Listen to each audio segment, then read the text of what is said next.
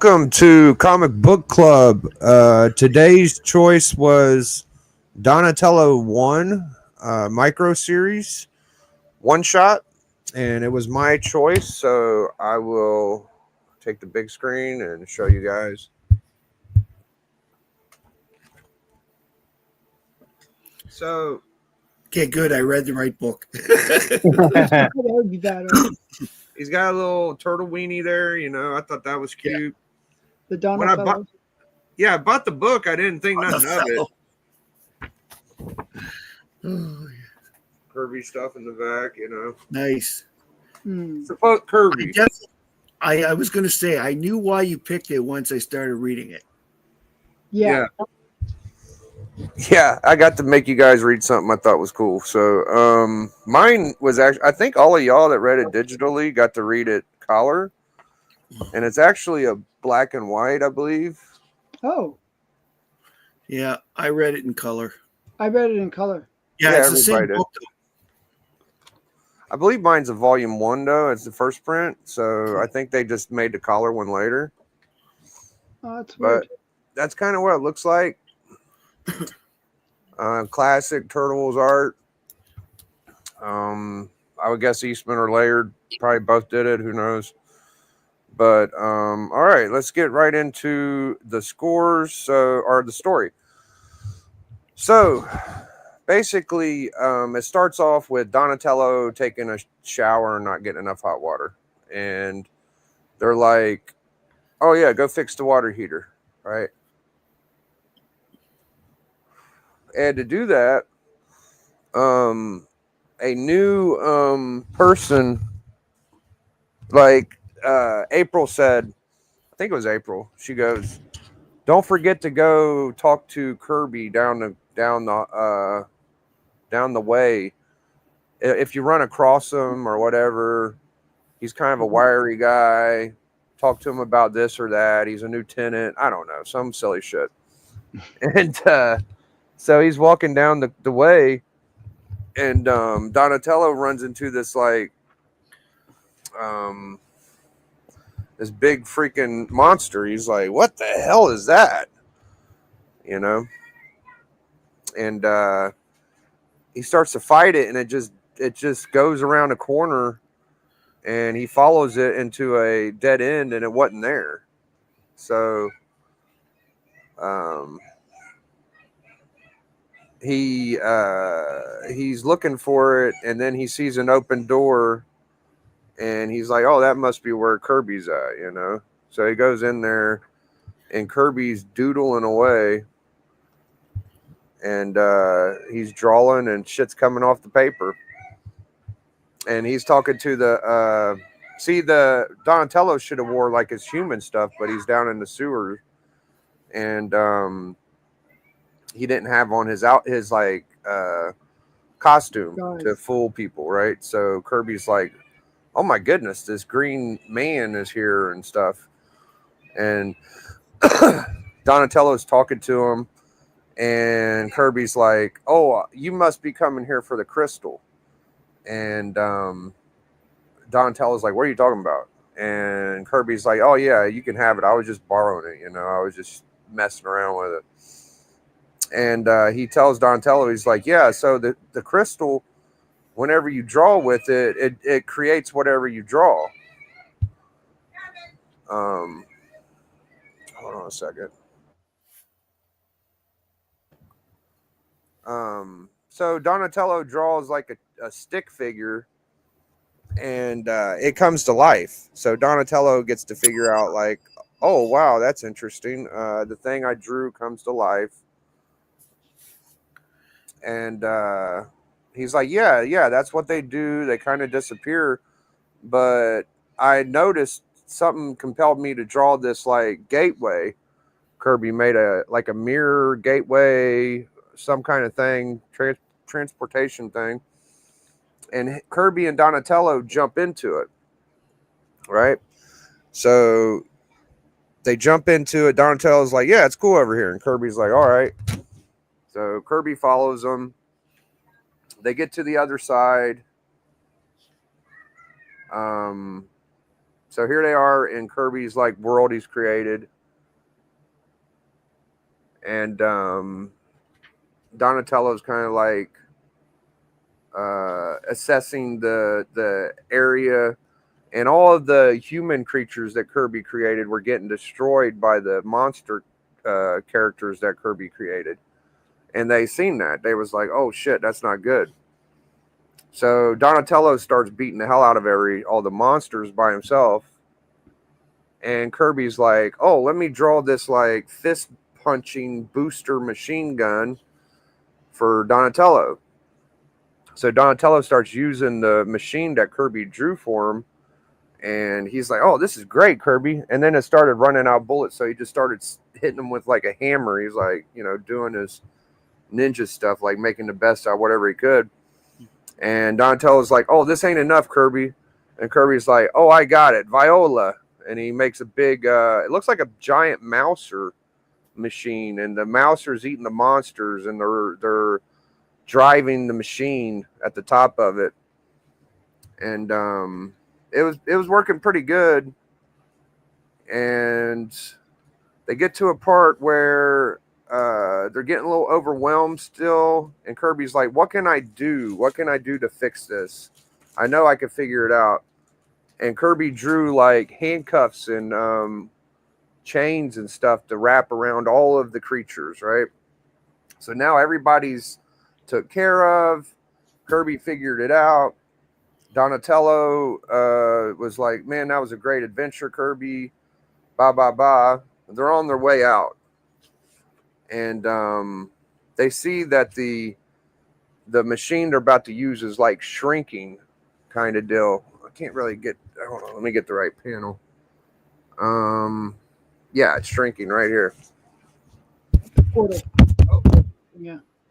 Yeah, you see like the gateway shrinking, and you can see at the bottom Kirby pushes his feet through. Oh. So Kirby makes Donatello go first. Donatello is going through the shrinking thing. Kirby pushes his feet. And Donatello gets through, but Kirby don't. So Kirby gets out, or Donatello gets out. The thing shrinks up. Donatello notices a note attached to his bandanas or his gear, and it says, Don, life at best is bittersweet. Take care of yourself, Kirby. So that's the only plot hole I have, is how did Kirby know that he was going to get stuck and to write the note? That's the only kind of like plot hole I had. I know you guys do what you want with it, but to me, like, how did he know that? And this is basically like Peter Laird and Kevin Eastman, like making a tribute to one of the artists they enjoyed and they loved or whatever, and they put Kirby in a place where he could live forever, and Kirby can control where he's at. And I thought it was beautiful. So for me, I'm going to give the cover. It's not the greatest cover. I'd say it's pretty good. It's cool that the turtle has the red bandana that it signifies it's an early Turtles issue. So I like that. I didn't know it had anything to do with Kirby, or I would have probably gave it a better score. But I'm going to give it a 4 for the cover. All right, we got D.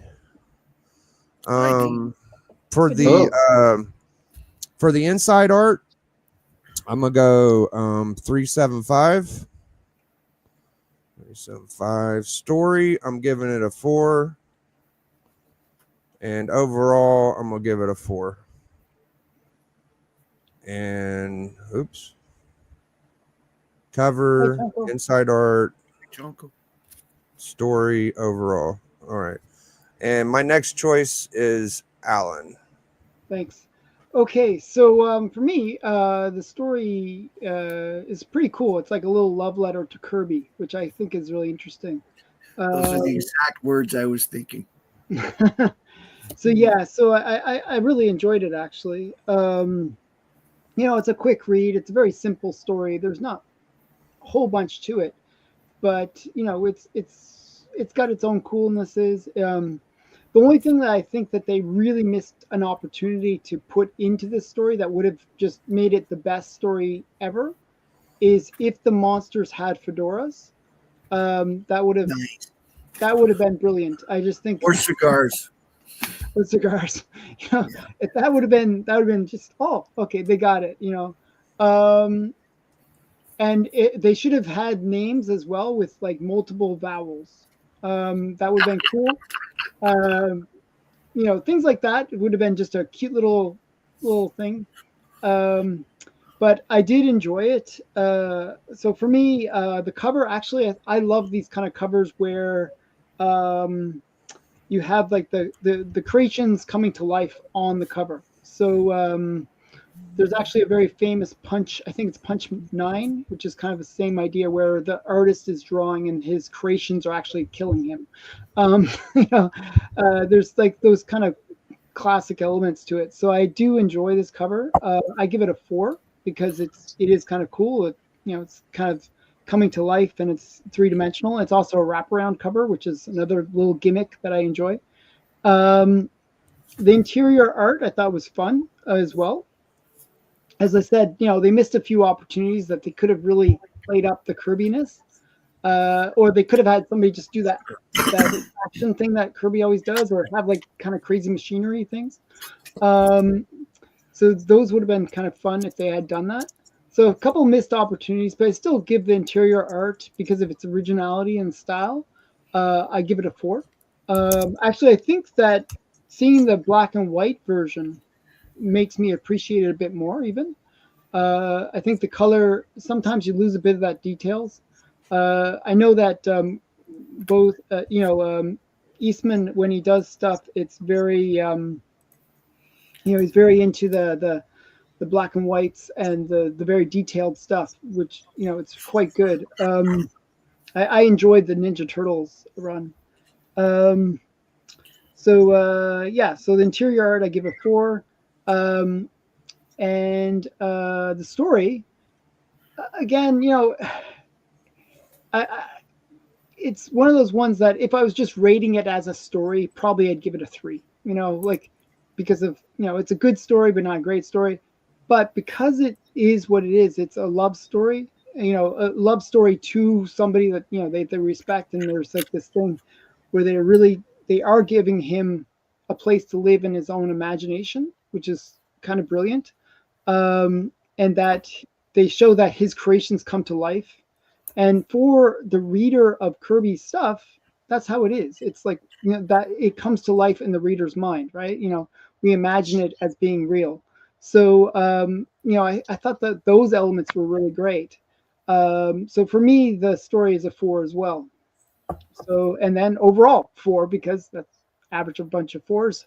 It's not greater than some of its parts, but it is the sum of its parts.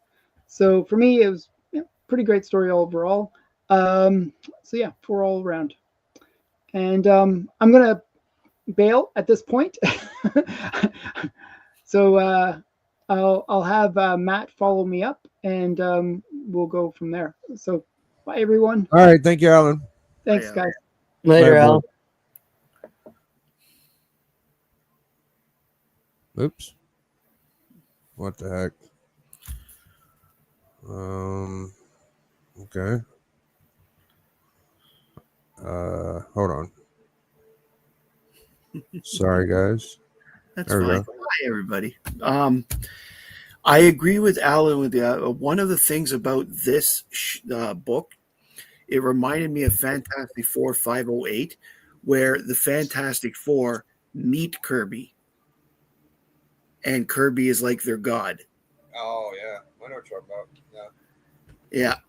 Unfortunately, I don't own that, or I would have pulled it today. That's one of the few from that run I don't have. But it was the fact that yes, it felt like a love letter to Kirby, but at the same time, it was good because it was authentic. It felt great. It felt like these guys were happy, and they did what they did, and everybody has influences, and there are worse influences to have than Jack Kirby. So the cover, I liked it. I will give the cover a 4. The interior art, I actually really enjoyed, but I found that after a while, like it was a lot of the same creatures were looking the same, and there wasn't enough. And I understand because there were a lot of creatures and stuff, but I'm going to give it a slightly worse 3.75 for the interior art. Now the writing, that was interesting and fun.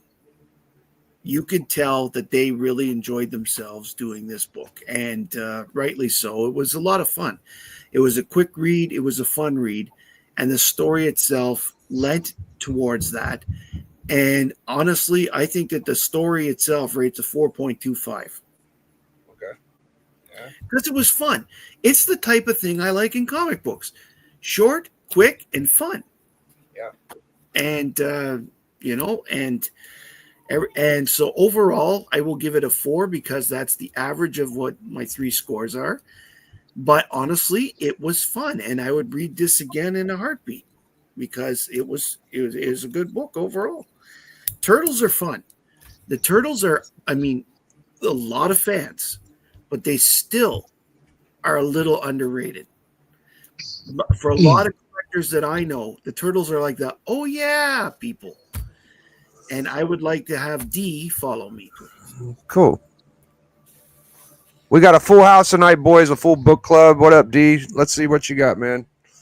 Yeah. So, I didn't know what I was getting into with this story.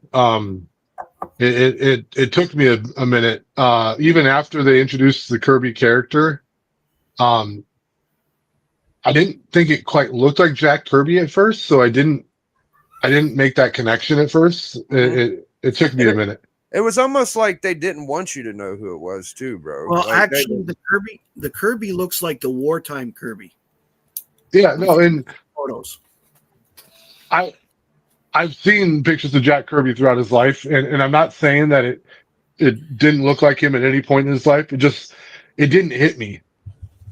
So it threw me off a little bit. Like I was like, and then I only figured it out because it was the book that Biggie picked. Yeah. Like then it hit me. I'm like, oh, this is about Jack Kirby. Gotcha. Okay. But I'll get into my scores here. The cover, and the cover is cool, but y'all really fucking overrated it. It's a basic turtle cover, y'all. Like it's not bad, and it does actually lean into the story, but no one is buying this because they saw the cover. Yeah, that ain't happening. So I'll give that. I'll give it a 3. A little bit better than average, but it definitely is not. Did not wow me in any way, shape, or form. Inside interior arts, I liked it a lot. Like the first splash page with Raph getting out of the shower, like I don't need to see a naked turtle, but it was good art. But then like, a couple panels later, April O'Neil looks like a frizzy crackhead almost. Like she looked funky. Yeah, it took me a minute to realize that was April. I agree with you. She Yeah. didn't look like herself. So like the things with the turtle in it were perfect. But then again, like the Jack Kirby thing, like looking back on it now that I've read it and I know what the mystery was, he's got the really hairy arms, which is a Jack Kirby trait. But I also didn't think he acted a lot like Jack Kirby. Like I always felt like Jack Kirby is the kind of dude that punched you in the mouth if you crossed him too much. And this one was all like, "Oh my God, you alien! I'm so sorry I took your crystal. Like I was just borrowing it." Like I feel like Kirby would be like, "Hey, I found this fair and square, and you can buy it from me for $50 if you want." Like like I just don't imagine him being so diminutive when he's getting called out. So, but I skipped a score here. Interior art, I'll give that a 3.5. I liked it better than the cover. And then the story, I get what they're doing, and there have been times where like the love letter book really speaks to me. This one did not, because it took me a while to figure it out. And I thought I was reading like a really cool turtle story. It was more of a Jack Kirby story. And I also don't like the fact that Kirby got left behind at the end. Like I thought that was kind of fucked up. Like we got to save Kirby, man. So interior story, I'm going to give it 2.5 average. And overall, I'll just meet in the middle of all three of my scores and give it a 3. All right. Well, I'll take the suspense out of your next choice because there's nobody left. No. Don't take this from me, okay? I would like to select to go after me, TM Nerdy. Thank you, D. I appreciate that. You're my number one choice. All right. So I feel the opposite about this cover than D does. Sadly, I really like it. I like the covers on covers. Like it's showing a book, it's showing the illustration. And that I do like that kind of cover. This is a cover that draws me in. I understand why it doesn't for other people, but for this cover, it did. It drew me in. So I'm gonna give it 3.75. Interior. Now I read it with color, and so I'm gonna rate it on that merit. And for me, I think the interiors were the best part of this book. I absolutely love the interiors. I love the designs. I don't know. I just had fun reading it. It really embraced the story for me. Maybe I'm just like a sucker for this kind of art, but I'll give it a 4.5. I absolutely love the interior art. Now story. I do agree with D on this point because you look at this cover and you're like, okay, I'm gonna get to know Donatello. I'm going to come into this book and I'm get to know Donatello a little bit more. And I want to emphasize this. I really enjoyed the story. I really, really enjoyed the story. I love the love letter to Jack Kirby. I love the fact that in this story, they made him seem like, if you read the story in that, you see like, oh, he's pumping out characters because that's who Jack Kirby is. That's the creative mind he is. He's able to create these characters off of a whim. That's why we've gotten so many great characters in the past and now, like especially with like the Fourth World and New Gods and stuff. So I love that fact, but I kind of went into this book thinking I'm gonna get to know Donatello a little bit more, just like the other books have done, right? With Raphael. Of course, we got to know Casey Jones in that book a little bit too, but you got to know the characters a little bit more, and it was more of their story.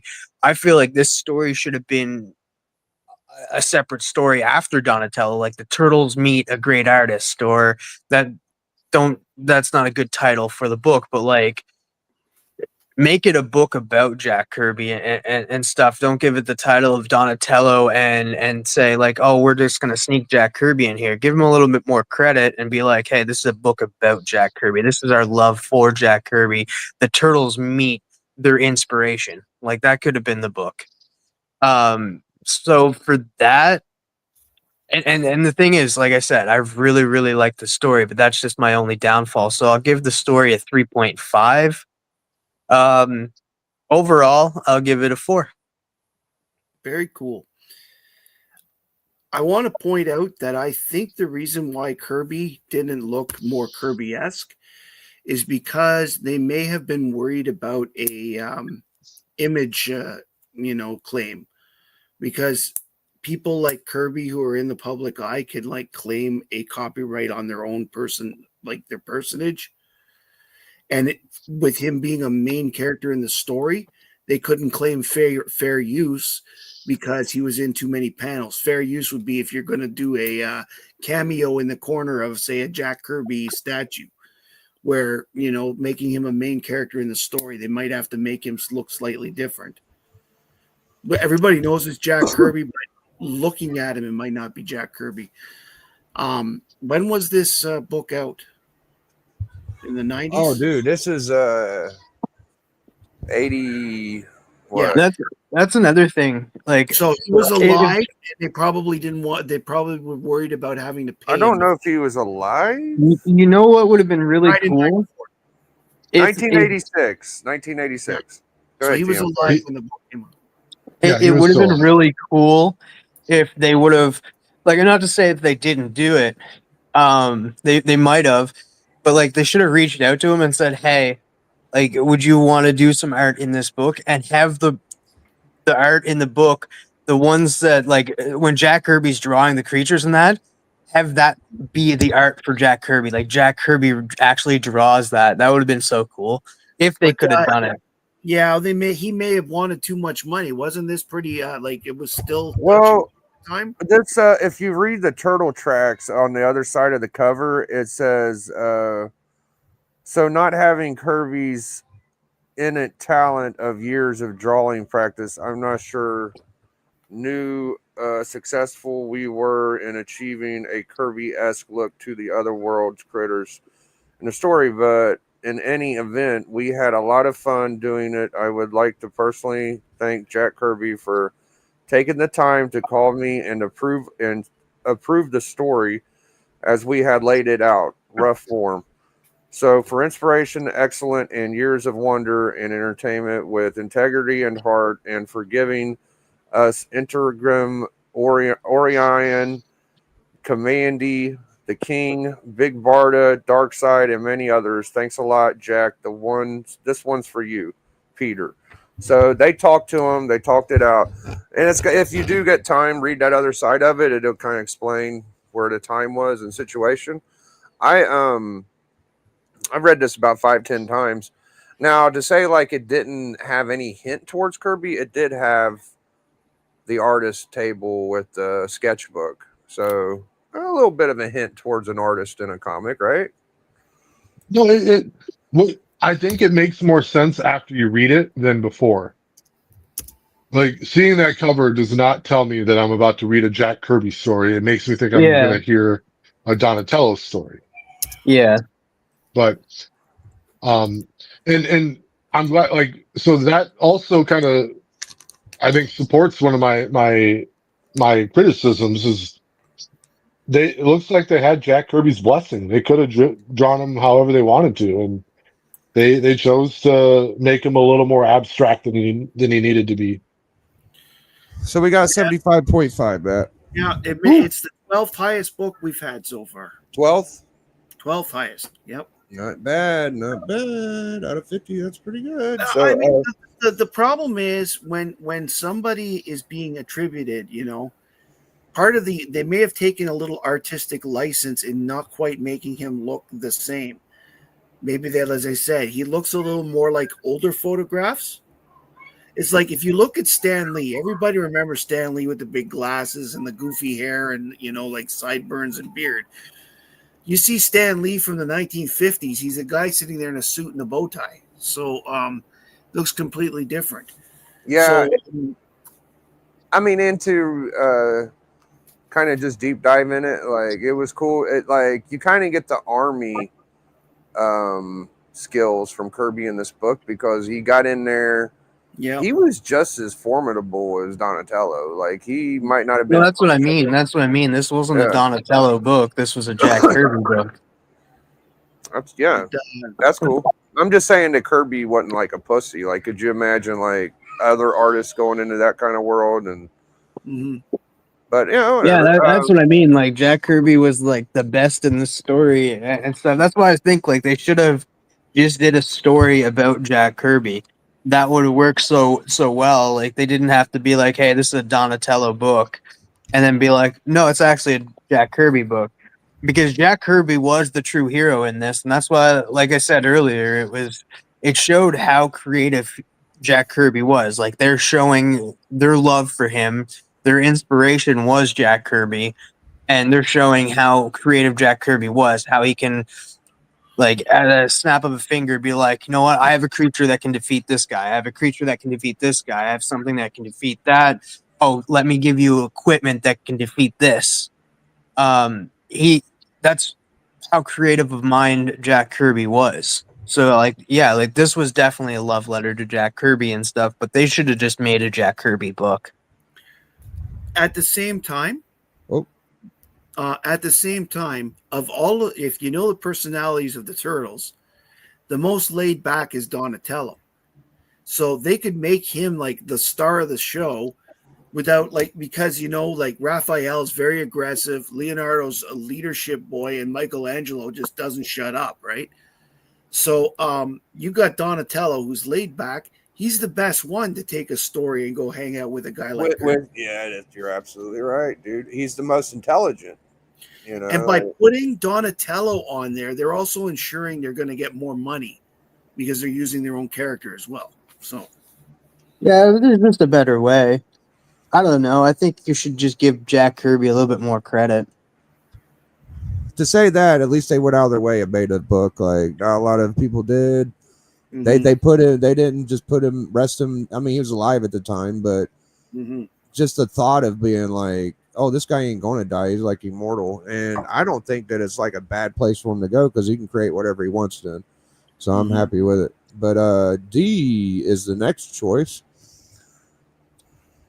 I don't have a copy handy to show you, but I'm going with Action Comics 684. It is the next. It is the next rung in the Death of Superman title. We're down to the final 3 issues. I anticipated it, so I had my son pull the box. Oh, good.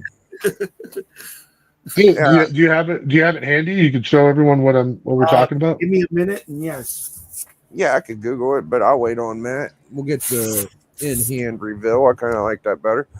Yeah, some Yeah. of us guys on this panel actually have the books we review, which is cool. You know, I a do lot have it.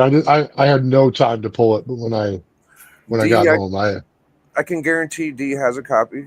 I would guess and assume you have probably 2 or 3, maybe. 683. I don't know, man. I heard that he's not a big fan of Doomsday. Oh, that's a good cover. Yeah. that's a good cover. yeah. That's a good one. I was thinking it might have been the Big Head one. Where they No, got that's the next one, Man of That's Steel. the next one. okay. Man of Steel. Yeah, I agreed. I was just in my Man of Steel box the other day. That's the next one. Let's see those Barbie dolls you got behind you, Matt. What the hell is that? Oh, they're Supergirl. Can we see Um, him up close, man, or are you too people have ashamed been to show? People have been buying them for me for the years, so I Look thought at this. That's I beautiful. don't spend money on this myself. People buy me these as gag gifts at Christmas or Oh, it's beautiful. I The love only it. I think that's very funny. the only thing I bought was this. This is the Pop Supergirl. Oh, that's Oh. awesome. Mhm. Yeah, man. Good for you. I wish I had some I'm of them just- things. I don't know. They suit you, man. They suit you. I'm doing a live stream when we're done here for a couple of AOKs, and I just thought a new background would be cool, kind of cool. So Hell yeah. Well, there you guys go. Another successful comic book club. That was Donatello 1, reviewed better than anybody in the history of reviewing Donatello 1. It's ranked 12th on our all-time list. That's what we say. That's how it goes. Next week is Action 684, I believe. And what a beaut. So hope you guys tune in. Come check this out. Oh, by the way, up there, go put me big about it for a second. All right. Yeah, no problem. There's my Supergirl glass. Yeah. Looking for different backgrounds. All right. Thank you to the chat that was hanging out. Hudat says he has the book. Hey, Hudat. You have 2 copies of the TMNT book we reviewed. Yes. I'm shocked. I can't believe that for a moment. Yeah, right. Thank you, Bleeker. Thank you, Joffrey. I saw a Stepper in here early. I Hey, saw Bleak. Benny Blanco, Tronker, Hi, Jeff. Brad. Legend. Hi, Chunker. Hi, Who Dat. Hi, everybody. Good to see y'all, man. See y'all in a week, dude. See us on our respectable channels, each and every one of us. And hashtag enjoy. Biggie.